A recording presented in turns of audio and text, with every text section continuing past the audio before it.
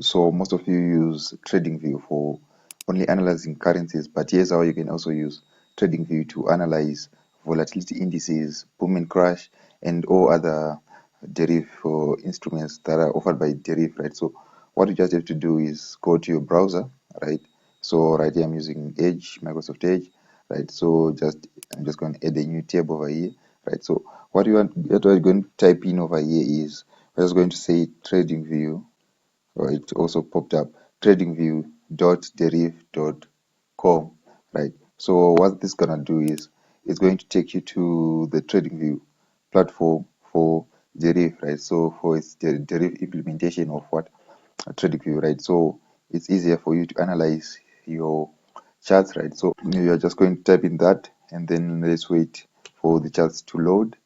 Network seems to be a little bit slow, but this is just how you can start using TradingView on your even on your mobile phone, right? But you can't use the application, right? We'll just be using the website, right? So when you've loaded the website right over here, right, what you have to do is if you change anything, if you mark any chart, right? So let's say you mark this over here, or even you change the color of this of the candlesticks and all that stuff, right? You have to you have to save your charts, right? So that the information is not lost, unlike when you're using the actual trading view for currencies, right? It auto saves your information, but when you're using this, you have to save your charts. You have to save anything that you add. You have to continuously be saving, right? So let's say you've changed your charts to this, right? You can click save layout. So I think it is saved, but it's I wanted that to pop up. Right, so name I can add it, I can even name it even V25, right? So now that you've saved your chart, right, and over here after saving, so whenever you come, even if you add a trend line, as long as if you want to see that trend line when you revisit your chart, you have to you have to save it, right?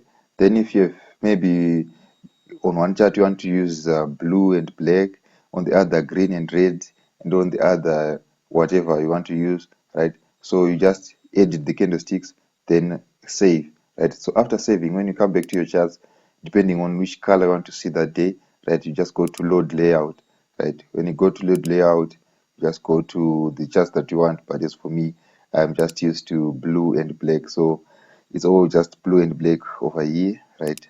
So that's just how you trade using this, right? Then when you want to change time frames, right? So right over here, I usually like to use the full screen mode, right? When I want to change the time frame over here, right? If it's minutes, you just type in the words 15, the key is 15, right? And you just press enter.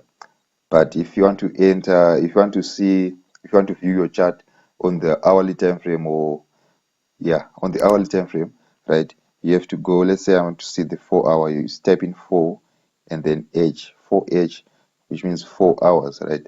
And then you just press enter, right?